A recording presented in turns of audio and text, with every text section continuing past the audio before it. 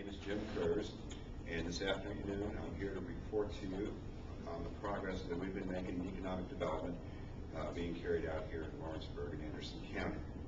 Now, by the way of introduction, let me explain. I have a master's degree in community development from the University of Louisville.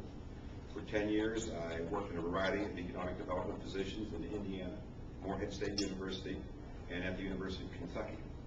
And I served as a program manager in the existing industries division for the Cabinet for Economic Development, where I work with small and large businesses throughout the Commonwealth to increase marketing opportunities. Now, after retiring from state government, I established a consulting firm that specializes in workforce development issues.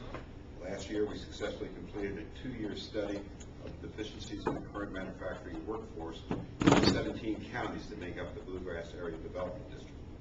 Now, currently, I have a contract with the Bluegrass Ad District to work with your Lawrenceburg Economic Development Authority. Now, strictly speaking, by terms of that contract, this is my 48th day on the job. And during these 6 weeks, we've made progress on several fronts, which is what I would like to talk to you about today in my progress report. But first, let me begin with an acknowledgement. An acknowledgement to you as a chamber. You are the ones investing in Lawrenceburg and Anderson County's future. You are the ones that provide the resources the community needs to grow. You are the businesses creating the jobs that will feed families, purchase homes, and produce economic prosperity. And yes, the prosperity that also provides the revenue the government needs to function. Now, within this context, I see the board's role, the authority's role, in my work as to supplement your efforts and to enhance what you are already doing. I recommend that we can do this by best concentrating on 4 initiatives. And those initiatives are existing businesses, business attraction, workforce development, and entrepreneurial development. These 4 initiatives will serve as my framework for my progress report to you all. To begin, let's look at the first initiative, existing businesses. They are our top priority because historically the vast majority of new jobs created come from existing businesses. Custom Tools is a good example of our existing business initiative.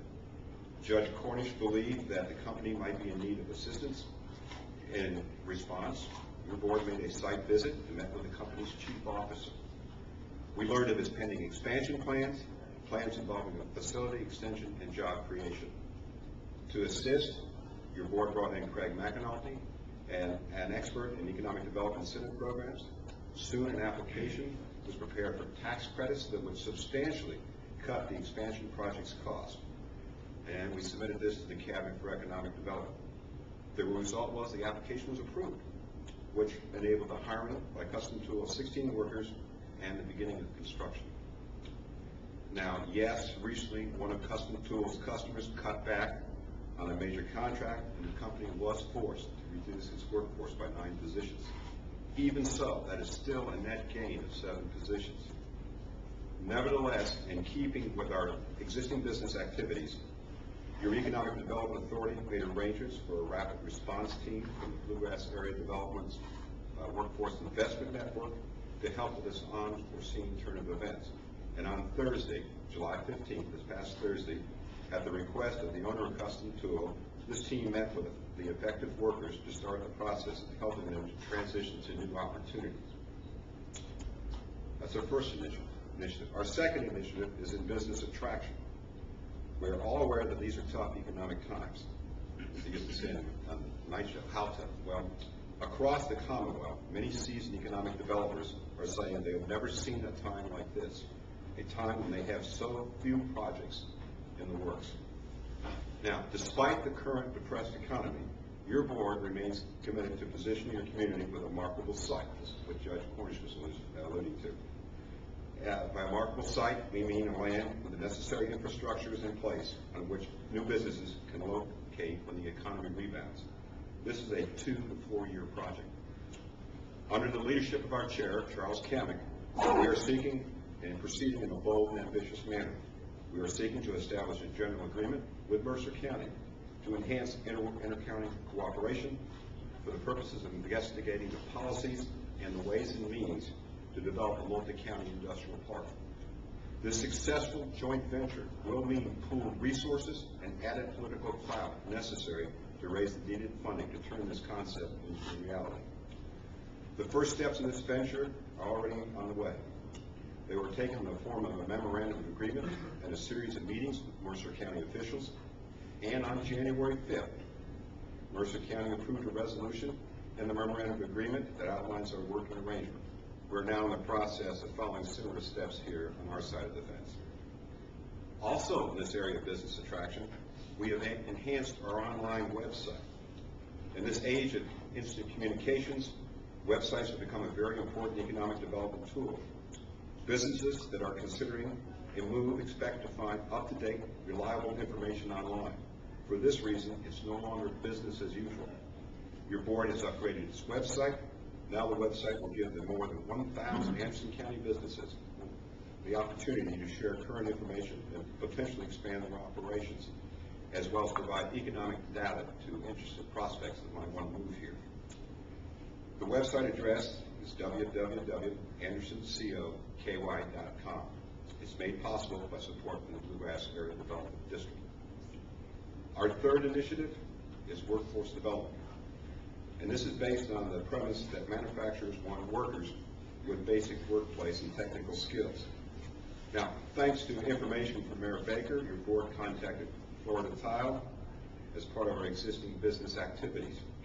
During our initial visit, in which Mayor Baker participated, we learned of the company's interest in offering supervisory training to newly promoted workers.